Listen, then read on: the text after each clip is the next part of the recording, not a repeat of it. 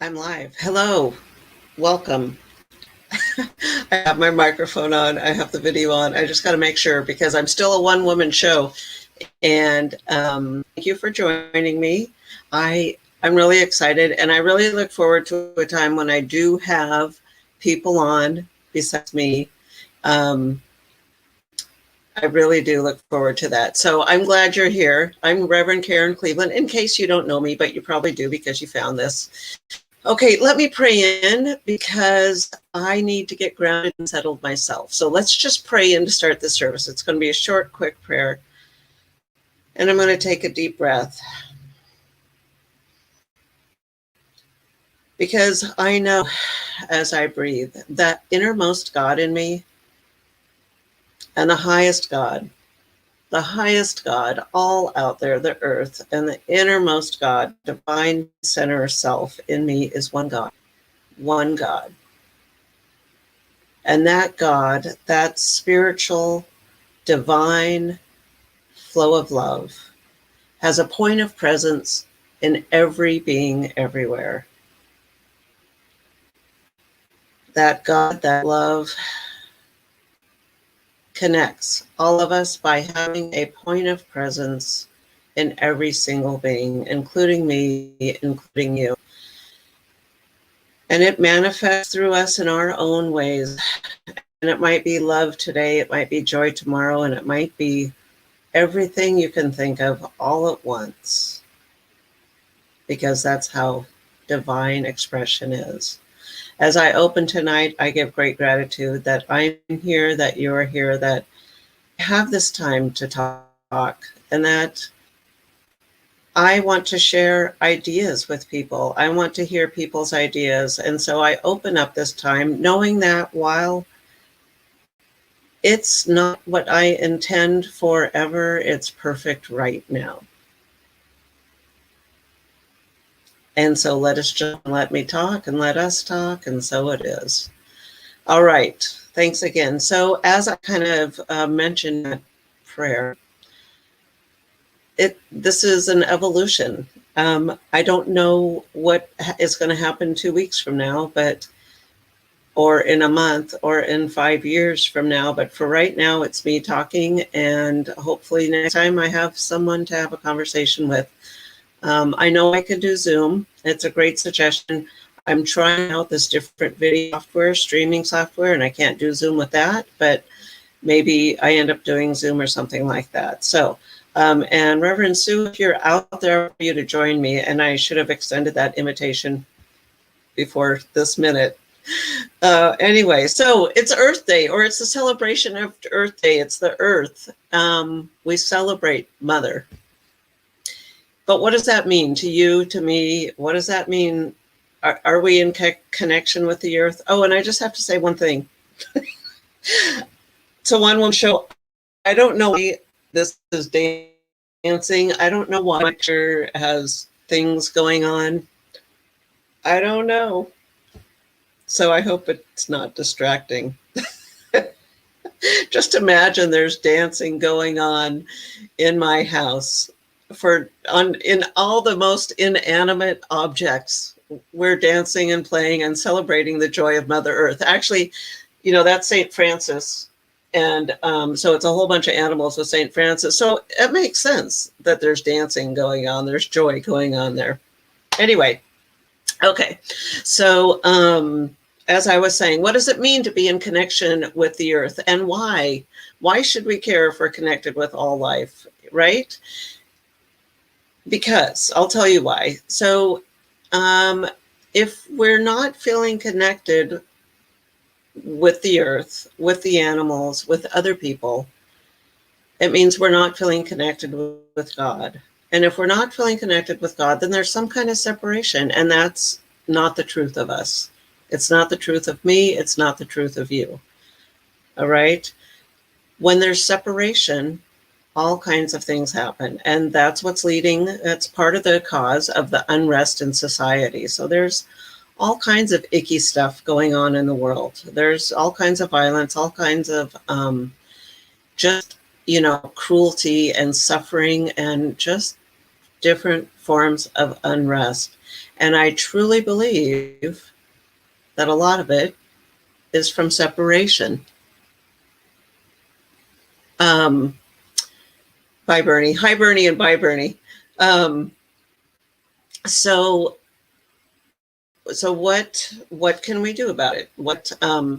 Last week I talked just a little bit about dukkha and about how the Buddhists, that's what the Buddhists call, one of the Four Noble Truths. So that is the feeling of suffering. So and it's really not suffering, but that's really how we English people, English speaking people, translate it as there is suffering. But before there's suffering, one of the reasons there is suffering is because we have forgotten our connection. Okay, so we really are connected. There's a time we know it, and I mentioned that there's a time we know it before we come to Earth, after we leave Earth.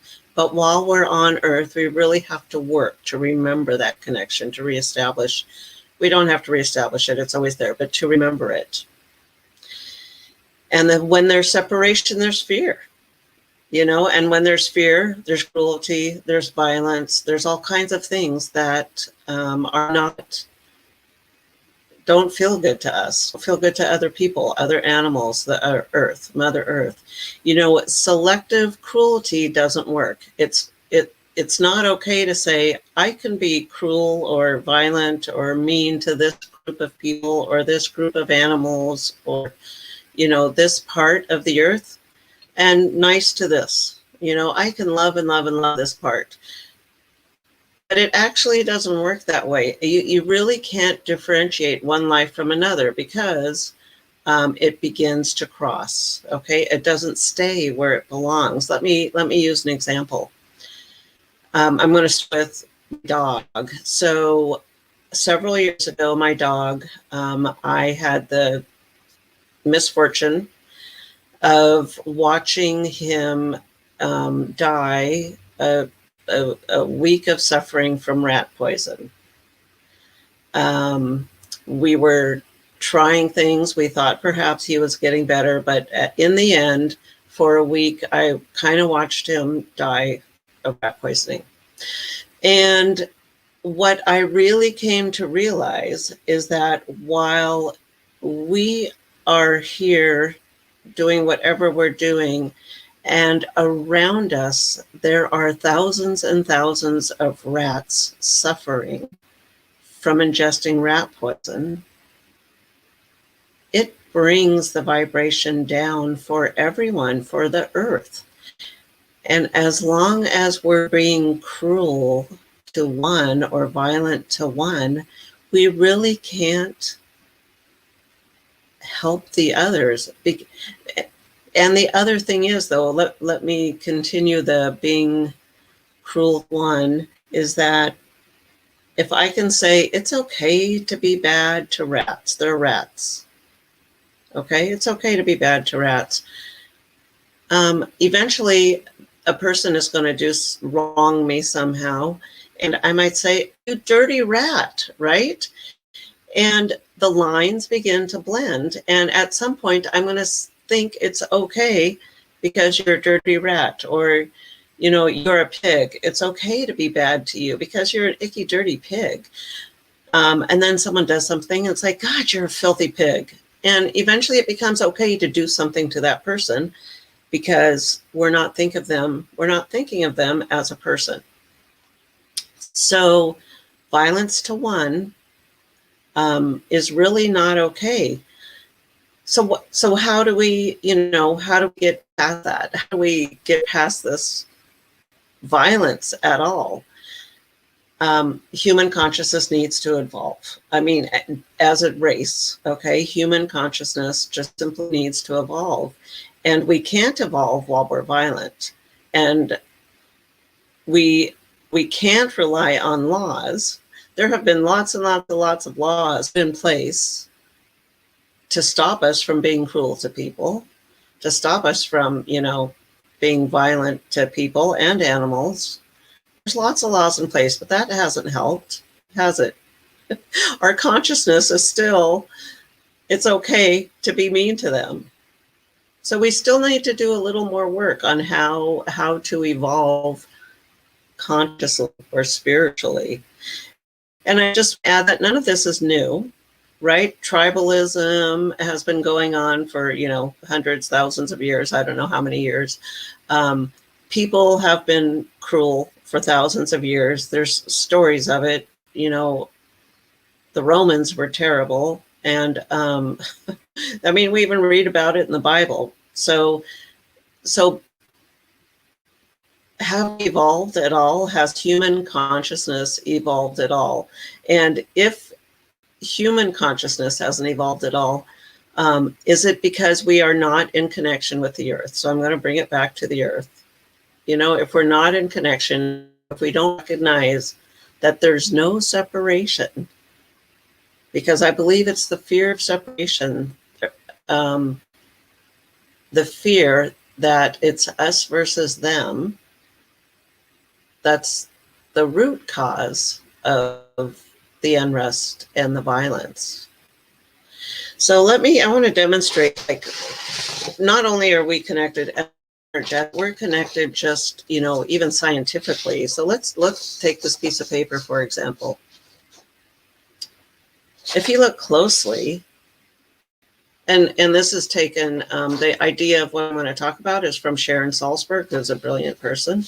But if you look at this piece of paper, you might see a cloud in it. And you can't actually see the cloud, but if you're a poet or a visionary or have a good imagination, you might see a cloud. Because the cloud carried the rain. And without the rain, there wouldn't have been a tree. Without the tree, there wouldn't be the paper. So without the cloud, there wouldn't be the paper. And the sun, you can see the sun in it, because the sun also had to help grow the tree. And you might see some wheat in it, because someone had to log the tree and take the tree to the mill. And the wheat had to nourish the logger and nourish the person that took it to the mill and the person that milled it. And so without just any one of these little parts, without the forest, we're not going to have the paper. We're not going to have,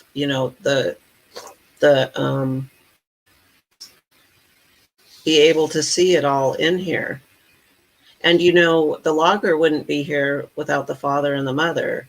So there's a connection between all. And something I would encourage, we're not going to do it on right now, but an experience, it's a type of meditation, I guess. But understand that when you're breathing in, the trees and the plants are providing that oxygen for us. And as we breathe out, us and the other animals, we're providing the carbon dioxide for the trees and the plants. And you might just imagine yourself, your eyes, and imagine that as you breathe in, just select a tree that's near you and imagine that tree actually exhaling air into you. And as you breathe out, imagine yourself exhaling the air into the tree. We provide life for each other. And then imagine you and all the animals are receiving the air, the oxygen in. And then all of the animals, humans included, are exhaling the carbon dioxide, and all the plants are taking it in, breathing. It's a constant exchange. We can't do it without each other, right?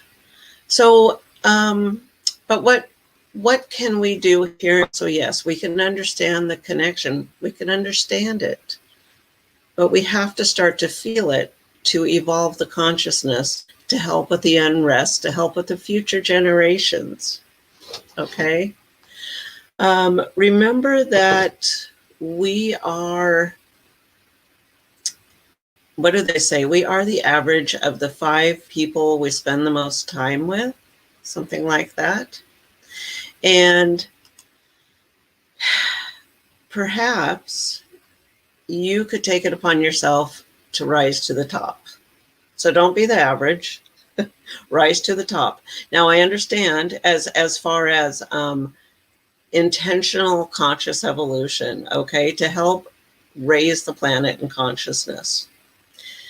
And of course, once you rise to the top, well, then you're going to find there's going to be some other people that fill in the top levels. So you're just going to have to keep evolving, keep escalating that consciousness up and up and up and up. We've got to raise the energy of the planet this way. And I believe we are. So I do believe there's hope. I do believe that today, compared to 500 years ago, that there has been some, some expanded consciousness. And it is a ripple effect. So the more you do it, and like I said, the more you kind of raise the average of you and your friends or coworkers or whoever you're hanging out. But as you begin to raise the consciousness, and as someone else begins to raise the consciousness and understand the connection with all life, then it spreads. It can't help but spread. Take it home to their people, and their people take it to work, and they take it to their friends, et cetera, et cetera, et cetera. So how can we do that? I recommend doing this before you start any spiritual practice. It's a good way for personal benefit, as well as a general higher vibration. So we have to overcome a lot. So like when I talked about the rats suffering all around us, I mean, there's a lot of suffering go around. People, animals, if there's a lot. If we could end some of this, we would naturally just rise up, because I believe a lot of that suffering is weighing all of us down a little bit. So we need to work extra hard to raise ourselves. And one way to raise ourselves personally, as well as begin to expand outward, is something I call 17 seconds. I don't know where I got it from. I thought I got it from Abraham, but I can't find any reference to it. I might have gotten it from a local person that I know. I don't know where I got it, but it works. So what you do, it's very simple.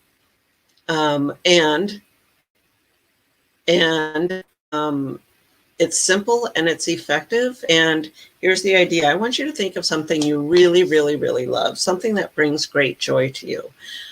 Okay, it could be a person, it could be a food, it could be an animal, it could be your cat, it could be art, it could be the flowers, it could be swimming in a warm ocean. I don't know. But I want you to bring to mind something that you really love, so that just thinking of it makes you smile. And what you do is, for only 17 seconds, you bring it to mind and you concentrate on it for 17 seconds. So you feel that joy for 17 seconds. And if you do that before you do any kind of spiritual practice, or any kind of intention setting, or any kind of job, really, if you do it multiple times throughout the day, you're going to find yourself feeling better, but also people around you starting to feel better. So I'm going to time it for 17 seconds right now, because it's not very long. And it has the effect to erase so much negative energy that has come before in that day. It just kind of takes care of it. So I'm going to give you like 5 seconds to bring to mind what that would be. For me, it's remembering my last dog. Just being in this weird chase, puppy run, you're not going to come get me for that bath kind of thing. He was really super funny. Anyways, okay, so whatever it is, have it there. And I'm going to say start, and that means just think about it and feel it. Just feel it. Start, okay? So really feel it, how joyful, how happy, how great it feels. And how that feeling could go on forever, and how you absolutely love whatever it is that's on your mind. And that's 17 seconds. So starting out from that place, before you do anything else, like I said, it's not only going to help you, it's going to connect everything else. I mean, improve anything else. It's all right. This is all an evolution, right? Whatever I'm saying right here, whatever mistakes I make, or I'm not going to stand up and show you my body this time. I didn't forget anything this time like I did last time, but and remember that as you connect with yourself, as you connect with the earth, as you connect with the animals like that, we're all going to raise up. And I think that's what we need to do on this celebration on Earth Day, is remember our connection, and remember it's not just us. There's future generations and there's past generations. And I know we're all kind of moving forward, but let's make it easier for us. Let's make it easier for the society around us. There's a lot of people that need help around us. They just need to know things are going to be okay. They need an uplift. So if you're able to do your own uplift, you can help them better. There's a lot of people that could use that. So I just want to end with, I recommend doing that 17 seconds of joy anytime throughout the day, especially before a spiritual practice, because it'll make your practice that much more effective and powerful. And connecting with the animals and the plants in the way that I described about breathing in and breathing out. If you do that for like 2 minutes, where you're breathing in, you and the animals, literally imagine whatever kind of animals you like, elephants or cheetahs or cats or dogs right next to you. You're all breathing in together and you're all breathing out into the plants together. I mean, it's just such a nice... It's just a nice place to sit and be. All right. Okay. So that's the end of that. So thank you for being here and listening. I'm just going to say, this is my last time for saying it, swear that my broadcast, or whatever I'm doing, it is what it is right now, and next week it might be different, but I'm dedicated to helping people understand their connection with life and God, and helping your own lives be better through the animals, through God, through the earth. We're all connected. So I got lots of stuff coming up. It'll be eventually on Facebook or my website. I'm a little behind in documenting such things, but it's all going to be there eventually. And I would love to hear from you guys. I would love this to be more interactive. I'm going to figure it out. I really am. Hopefully, if someone wants to jump in and help me, let me know. And let's just close with a prayer.